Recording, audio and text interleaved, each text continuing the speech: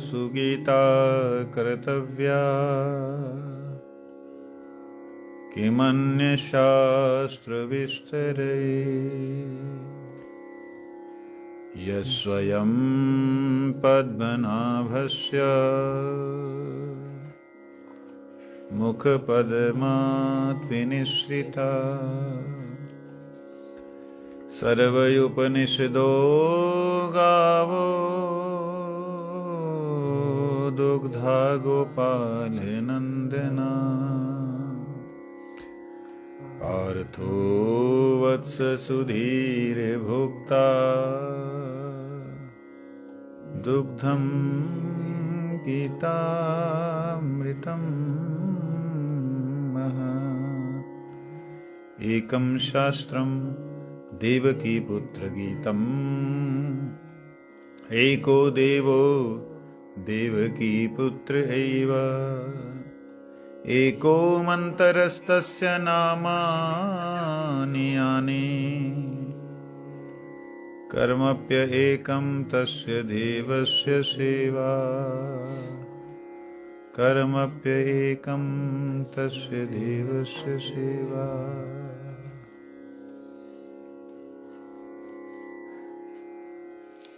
श्रीमद् भगवद गीता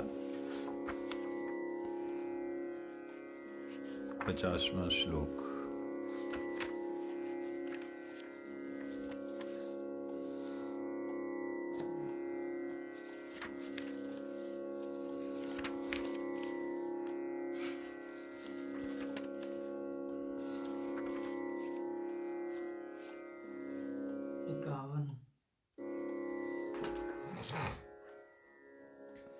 कल हम लोगों ने श्रवण किया था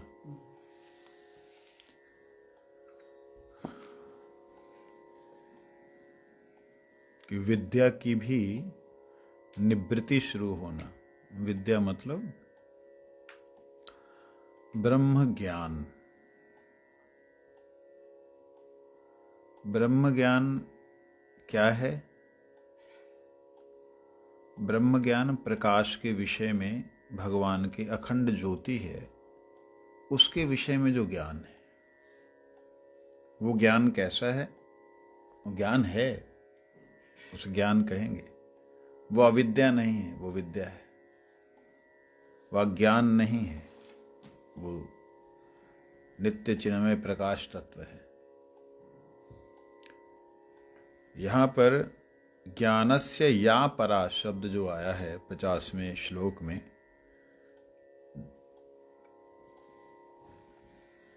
जो ज्ञान से भी परे है ऐसी निष्ठा। इसका मतलब ज्ञानम ब्रह्म, ज्ञान अगर संसार में कोई है, जानने योग्य अगर कोई तत्व है तो केवल ब्रह्म है। इसलिए ब्रह्म जिज्ञासा के बारे में कहा वेदांत में। परंतु वह ब्रह्म जिज्ञासा भी जहां पर जाकर के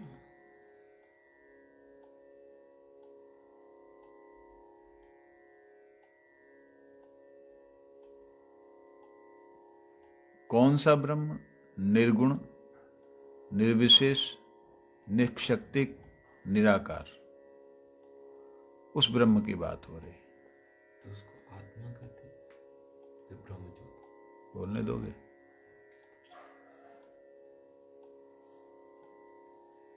उस ब्रह्म की बात हो रही जो निर्गुण, निराकार, निर्विशेष है, वो ब्रह्म। वो ब्रह्म क्या है? वो भगवान के नित्य चिन्मय जगत का, भगवान का जो दिव्य चिन्मय जगत है उसका प्रकाश मंडल है, उसका प्रकाश है।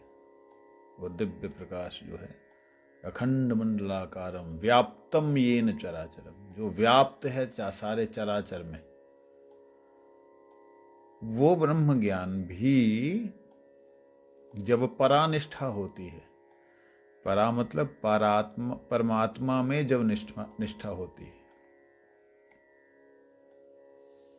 तो परमात्मा का जो प्रकाश है उसके प्रति जो जानने की इच्छा है वो खत्म हो जाती है। क्या से समझेंगे इसको?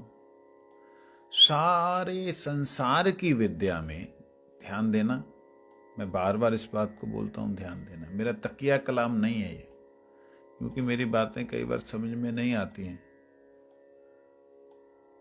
इसलिए बार बार बोलता हूं, ध्यान देना। जैसे सारे संसार की विद्या अगर हमें जाननी होगी तो हम आंख से, कान से शब्द को देख करके, वस्तु को देख करके, कानों से सुन करके जानते हैं। विशेष रूप से कानों से जब हम सुनते हैं कि ये गर्म इसे कहते हैं, ठंडा इसे कहते हैं, अनुभव तो कर लेगा, लेकिन वो गर्म गर्म शब्द, ठंडा ठंडा शब्द, ये शब्द ज्ञान के द्वारा ही हम सारा संसार के बारे में जानते हैं। तो जितने भी शब्द बने हैं किन से बने हैं? अक्षरों से बने हैं, स्वरों से बने हैं, व्यंजनों से बने हैं। स्वर व्यंजन के द्वारा ही जाकर के अक्षर और शब्द बनते हैं। अब ध्यान देना, बड़ी सुंदर बात आ रही है। क ख ग घ च छ ज झ ट ठ ड ढ, ये जितने भी वर्णमाला है, अ आ इ ई उ ऊ ए, जितने भी मात्राएं हैं, जितने भी स्वर हैं, इन स्वरों का और इन वर्णों का उपयोग उस वक्त नहीं रह जाता महत्वशील, जहां इनको जानना उस वक्त जरूरी नहीं होता, जब हम वार्तालाप करना सीख जाते हैं। जब हम आगे की विद्या को प्राप्त कर लेते हैं तो जो विद्या मोस्ट इंपॉर्टेंट होती है उसको हम लोग, मतलब उसके प्रति हमारा कोई रुझान नहीं रहता, उसके प्रति कोई जानकारी की जरूरत नहीं रहती। वो फिर वो अ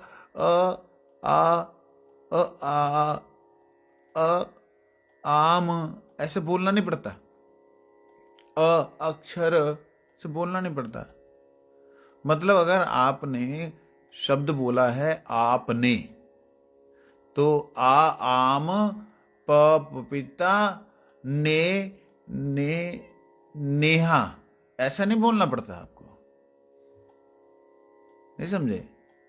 कबूतर नहीं बोलना पड़ता। अब उदाहरण के लिए, जिसे ब्रह्म का ज्ञान है उससे बहुत कुछ ज्ञान हो गया, मतलब उसके अंदर जानने की योग्यता आ गई। किसे जानने की? पर ब्रह्म को। अ क ख ग घ जिसने सीख लिया उसको शब्द बनाने की योग्यता आ गई, लेकिन वो शब्द बनाई ना, वहीं पे लटका रहे। अहम ब्रह्मस्मि सोहम प्रज्ञानाम ब्रह्म शिवोहम इत्यादि वाक्यों, महावाक्यों का जप करता रहे, और इनका जप करते करते करते मैं ही ब्रह्म हूं, मैं ही ब्रह्म हूं, मैं ही ब्रह्म हूं, मैं ही ब्रह्म। अरे भैया, ब्रह्म तो तुम हो, कौन से ब्रह्म हो ये भी तो बता दो। जीव जो है फंसा हुआ, जीवो ब्रह्म ही बना पड़ा, वो जीव ब्रह्म हो? जब शुद्ध ब्रह्म हो, शुद्ध ब्रह्म हो तो कहां से हो? मैं अखंड ज्योति से हूं। अरे अखंड ज्योति से हो तो अखंड ज्योति कहां से है? जो अखंड ज्योति के मूल कारण स्वरूप परमात्मा है, उन परमात्मा में निष्ठा प्राप्त करना ही ज्ञानस्य, ज्ञान से या ज्ञानस्य या परा, जो ज्ञान से भी परे है, मतलब है। ये शब्दों में बहुत बड़ा एक शब्द जाल बन सकता है, लेकिन उसे ना बनाते हुए, केवल समझते हुए, समझने का प्रयास करते हुए अगर हम देखते हैं तो इससे पता लगता है भगवान कह रहे हैं कि जो ब्रह्म है वो ब्रह्म निराकार, निर्विशेष, निशक्तिक ब्रह्म की बात हो रही। वह ब्रह्म भगवान का आकार सविशेष, मतलब विशेष, अनंत विशेषताएं हैं भगवान की। उनकी कोई विशेषता नहीं, निर्विशेष बोल देना तो अपराध है। अनंत आकार भगवान के हैं, उनको निराकार कह देना तो गलत है। अर्थात उस ब्रह्म की जो मूल अवस्था है, वो मूल अवस्था के अनंत रूप है। अनंत रूप कहने का मतलब क्या है? अनंत रूप कहने का मतलब लोग बाग ये सोचते सारे जीव ही उनका रूप है। थोड़ी सी अज्ञानता इसमें झलकती है बड़े आराम से। अब मैं हूं, मेरे कितने रूप हैं? आपका एक ही रूप है महाराज जी। यही अज्ञानता है। मेरे ही कितने सारे रूप हैं। एक दुकानदार के लिए मैं ग्राहक हूं, एक पुराने दुकानदार के लिए मैं उसका रेगुलर कस्टमर हूं और मेरे साथ व्यवहार बिहेवियर उसका अलग होगा। नया वाला होगा, मेरे को ठगने की कोशिश भी कर सकता है? पुराने वाला हो सकता है कि जान गया हो कि भैया मैं अभी तो पुराना हो गया, कहीं और जाएगा नहीं, ठगने की कोशिश कर सकता है। तो उन लोगों के लिए मैं एक ठगी हुई वस्तु हूं। ठगने लायक हूं, मैं मूर्ख हूं। ऐसे ही जो मेरे से शिक्षा प्राप्त कर रहे हैं उनके लिए मैं टीचर हूं, जो मेरे से मेरी माता है उनके लिए मैं पुत्र हूं, जो मेरा मित्र है उनके लिए मैं सखा हूं। इस प्रकार से एक ही व्यक्ति के अलग अलग लोगों के द्वारा देखे जाने पर, लोगों के द्वारा व्यवहार किए जाने पर अलग अलग रूप दिखाई देते हैं। होता है ना, कोई मुझे क्रूर समझता है, बड़े निष्ठुर हैं, बड़े प्यार से बात करते हैं, लेकिन बाद में ना ऐसा बोल देते हैं, बस ऐसे लगता है कि इनसे तो कभी बदला मिलना ही ना। पता नहीं। और कई ऐसे लोग देखते हैं कि बड़े बड़े रूड बोलते, लेकिन दिल में इतना प्रेम है भगवान के लिए और हमारे कल्याण के लिए इतना सुंदर मार्ग प्रशस्त करने वाले, दिखलाने वाले हैं। ये तो मारे पीटे जो भी करें, हमें नहीं छोड़ेंगे नहीं। इस प्रकार से प्रत्येक व्यक्ति का दर्शन अलग है और अलग दर्शन के अनुसार उनको अलग ही रूप दिखाई देता है। समझ रहे हो? एक मनुष्य के अंदर ये विभिन्नता है, एक मनुष्य के अंदर ये खासियत है, परमात्मा के अंदर तो परम खासियत है। उन्हें जो पशु है, अगर वो पशु को दर्शन देंगे तो उन्हें पशुवत दिखलाई देगा, अपने जैसा।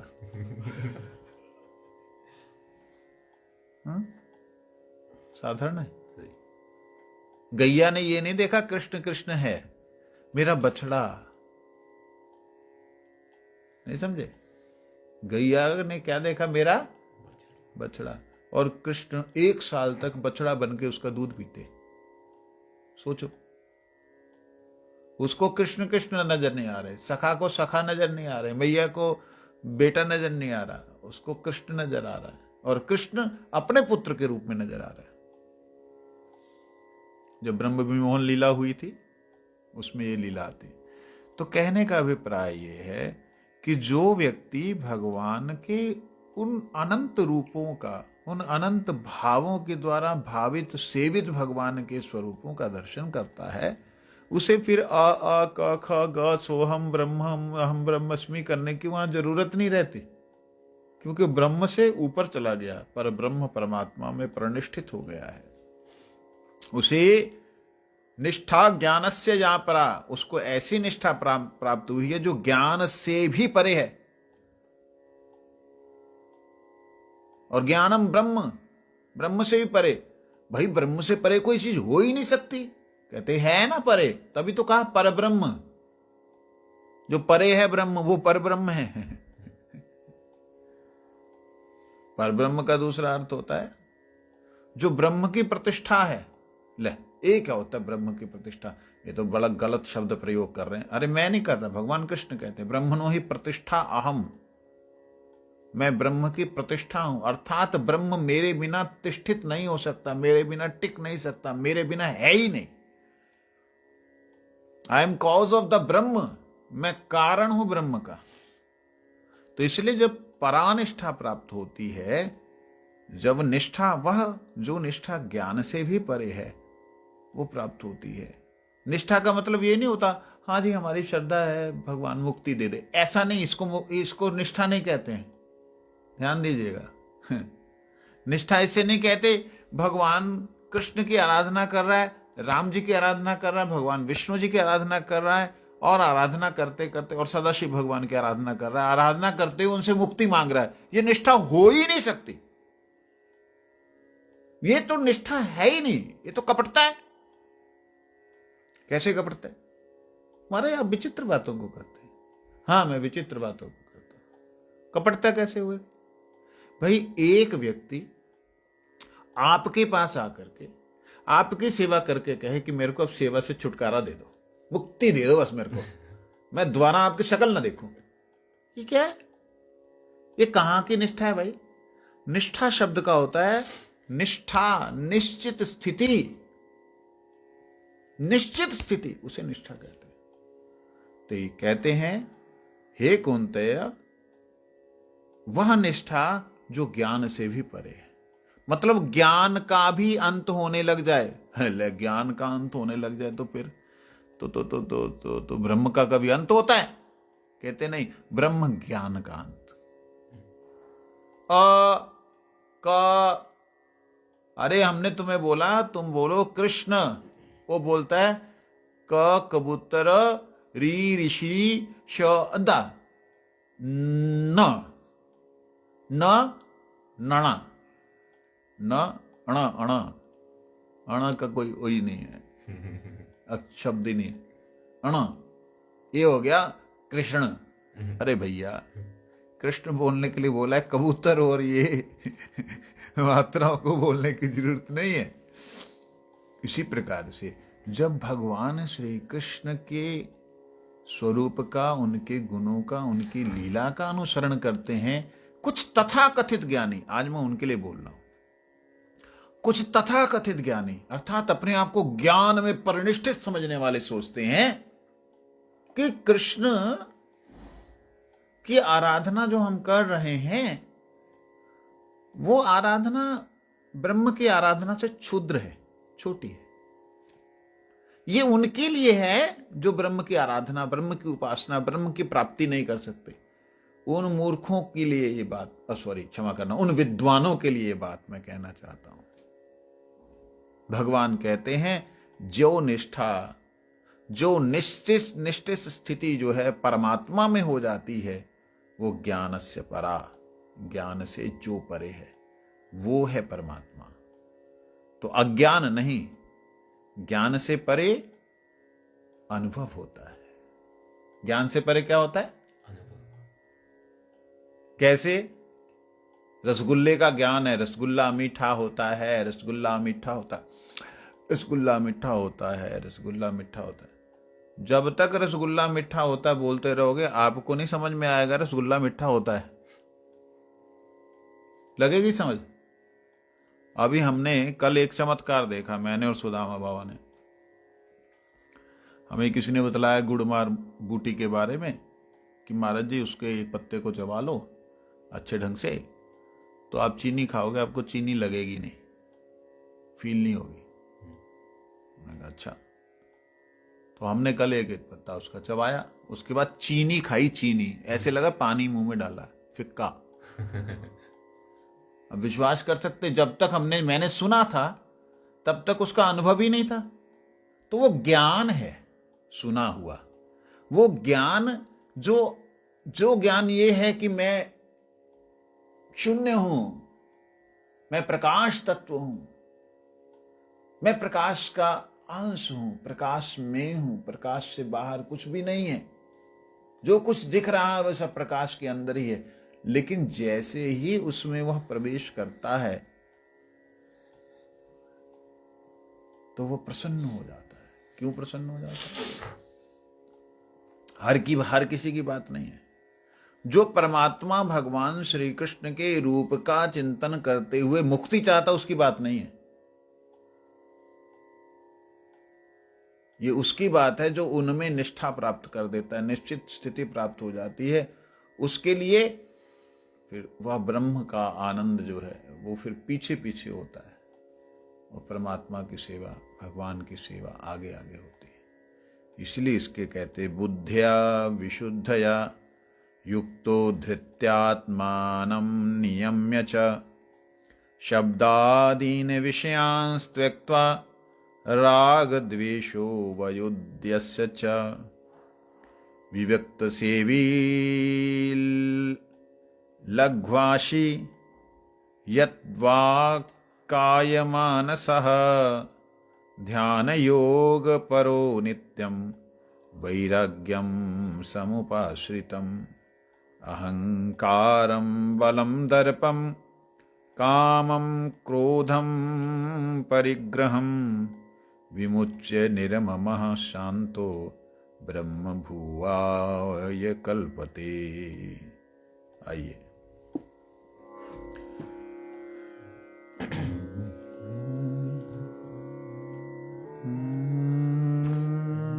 बुद्धया विशुद्धया युक्तो धृत्यात्मानं नियम्य च शब्दादीन विषयान् त्यक्त्वा रागद्वेषो वयुतस्य च विविक्तसेवी लब्ध्वाशी यद्वाक्कायमानसः ध्यानयोगपरो नित्यं वैराग्यं समुपाश्रितः अहंकारं बलं दर्पं कामं क्रोधं परिग्रहं विमुच्य निर्ममः शांतो ब्रह्म भूयाय कल्पते। 51, 52 और 53 नंबर श्लोक का एक साथ में भक्ति विनोद ठाकुर जी ने अनुवाद किया है। और अन्वय होता है शब्द का, जो वाक्य में, जो श्लोक में शब्द आए उनका उपयोग कैसे करना है, उसे अन्वय कहते हैं। अन्वय शिला भक्ति सिद्धांत सरस्वती गोस्वामी ठाकुर जी ने किया। और टीका जो है वो लिखी है श्री विश्वनाथ चक्रवर्ती ठाकुर जी ने। आइए कहते विशुद्ध बुद्धि वाला, मन को धृति के द्वारा नियमित करने वाला, नियमित करके शब्दादि तमाम विषयों का परित्यागी, राग द्वेष रहित निर्जनवासी, अल्पाहारी, काय मन और वाक्य पर संयम रखने वाला, ध्यान योग और वैराग्य आश्रित, अहंकार बल दर्प काम क्रोध परिग्रह से परिमुक्त, ममता रहित एवं शांत पुरुष ही ब्रह्म का अनुभव करने में समर्थ होता है।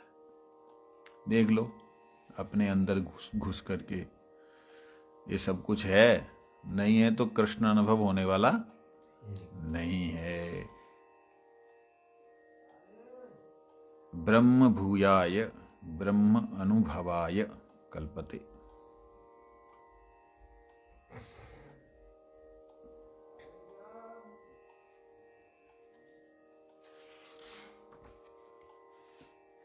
इसलिए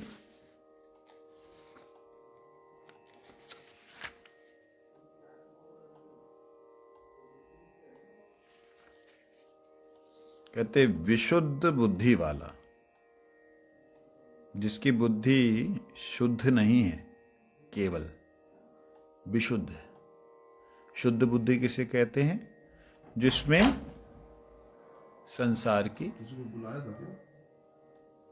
संसार की कोई इच्छा नहीं है, उसे कहते हैं शुद्ध। जिसमें किसी प्रकार का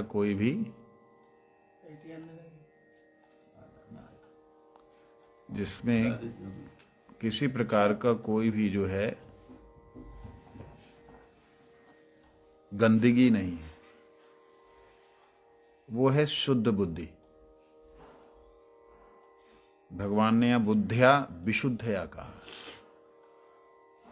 विशुद्ध का मतलब विशेष रूप से शुद्ध, विशुद्ध विशेष रूप से शुद्ध। देखिए, शुद्ध बुद्धि होती किसकी है? शुद्ध बुद्धि होती है ब्रह्म ज्ञानी की। जो ब्रह्म ज्ञानी समझ लेता है कि इस जगत में जो कुछ भी दिखाई दे रहा है वो दिखने वाला वास्तविकता में अदृश्य है। दिखने वाला, दिखाई दे रहा है जो, वो दिखने वाला वास्तविकता में देखने वाला नहीं है। जो नहीं दिखाई दे रहा वो ही दिखने वाला है। क्या है ये? मन। क्या है वो? बुद्धि। अगर मन और बुद्धि ना हो तो क्या किसी को कुछ दिखेगा? क्या किसी को कुछ समझेगा? मन नहीं है, बुद्धि नहीं है। एक बात ध्यान देना, मन नहीं है और बुद्धि नहीं है, ऐसे व्यक्ति को अगर आप कुछ दिखाओगे तो क्या उसे समझ में कुछ आएगा? क्या वो देख पाएगा जो दिखना चाहिए? नहीं देख पाएगा। अंधा भी देख लेगा रास्ते को, अंधा भी देख लेगा रास्ते को, लेकिन पागल व्यक्ति, बिल्कुल बुद्धिहीन व्यक्ति, उसे रास्ता न जाता हो तो कहीं चलता तो नीचे खड्डे में डुब ढप करके गिर जाता है। अंधा जिसे दिखाई नहीं देता वो अंतर आंखों से मन के द्वारा लकड़ी मार मूर के अनुभव करके समझ लेता है। बात समझ रहे हैं? तो शुद्ध बुद्धि किसे कहते हैं? शुद्ध बुद्धि किसे कहते हैं?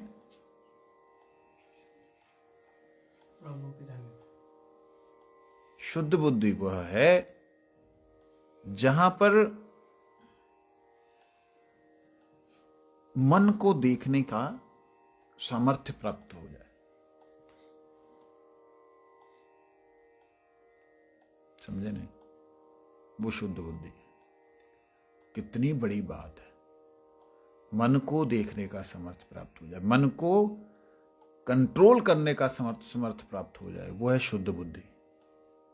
बुद्धि तो सबकी है, खाने पीना सोना, बच्चों को पैदा करना और मर जाना, सबकी है। तो खाना पीना सोना, बच्चों को पैदा करना, मौत से डर के मर जाना, सबकी बुद्धि है।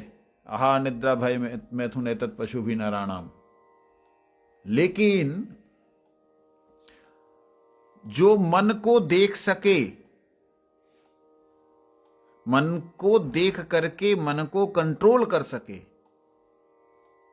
दूसरे के मन को देख सके, खुद के मन को देख सके, देख करके उनको कंट्रोल कर सके या कंट्रोल करने का उपाय दे सके दूसरे को, वह है शुद्ध बुद्धि। यह है ब्रह्म ज्ञानियों की बुद्धि। अर्थात जो ब्रह्म में परिनिष्ठित हो जाते, प्रतिष्ठित हो जाते, उनकी बुद्धि शुद्ध हो जाती है। और शुद्ध बुद्धि के द्वारा जब वो किसी को उपदेश देते हैं या आदेश देते हैं या उनको आशीर्वाद देते हैं, वो क्रिया करता है ब्रह्म ज्ञानी। समझे नहीं? लेकिन विशुद्ध बुद्धि किसकी है? विशुद्ध बुद्धि उसकी है जो विशेष परम तत्व परमात्मा में रमन करने लग जाता। उसे कहते आत्मा राम, परमात्मा राम। ये दो शब्द समझने वाले हैं। कल को इसके विषय में चर्चा करेंगे। आज यहीं पे। हरिहराय नाम कृष्ण यादवाय नाम, यादवाय माधवाय केशवाय नाम, गोपाल गोविंद राम श्री मधुसूदन, गिरिधारी गोपीनाथ मदन मोहन, श्री चैतन्य नित्यानंद श्री अद्वैत सीता, हरि गुरु वैष्णव भागवत गीता। जय रूप सनातन भट्ट रघुनाथ, श्री जीव गोपाल भट्ट दास रघुनाथ। ऐसे गोसाइर करी चरण वंदन, जहाँ हिते विघ्न नाश विष्ट पुराण। ऐसे गोसाई यार मोहि तार दास, सवार पद रेणु मोर पंचग्रास। तादिर चरण सेवी भक्त सनेवा, जनमे जनमे है अभिलाष। ऐसे गोसाई जब ब्रज कैला वास, राधा कृष्ण नित्य लीला करेला प्रकाश। मने आनंदे बोलो हरि भजो वृंदावन, श्री गुरु वैष्णव पदे मजाई अमन। श्री गुरु वैष्णव पाद पद्म करियास, नाम संकीर्तन कहे नरोत्तम दास। इतो नरसिंहा परतो नरसिंहा यतो यतो यामि ततो नरसिंहा। भय नरसिंहा हृदय नरसिंहा नरसिंह महादिं शरणं प्रपद्ये। नमस्ते नरसिंहाय प्रह्लादलादायिने हिरण्यकशिपुर्वक्षशिलाटङ्कन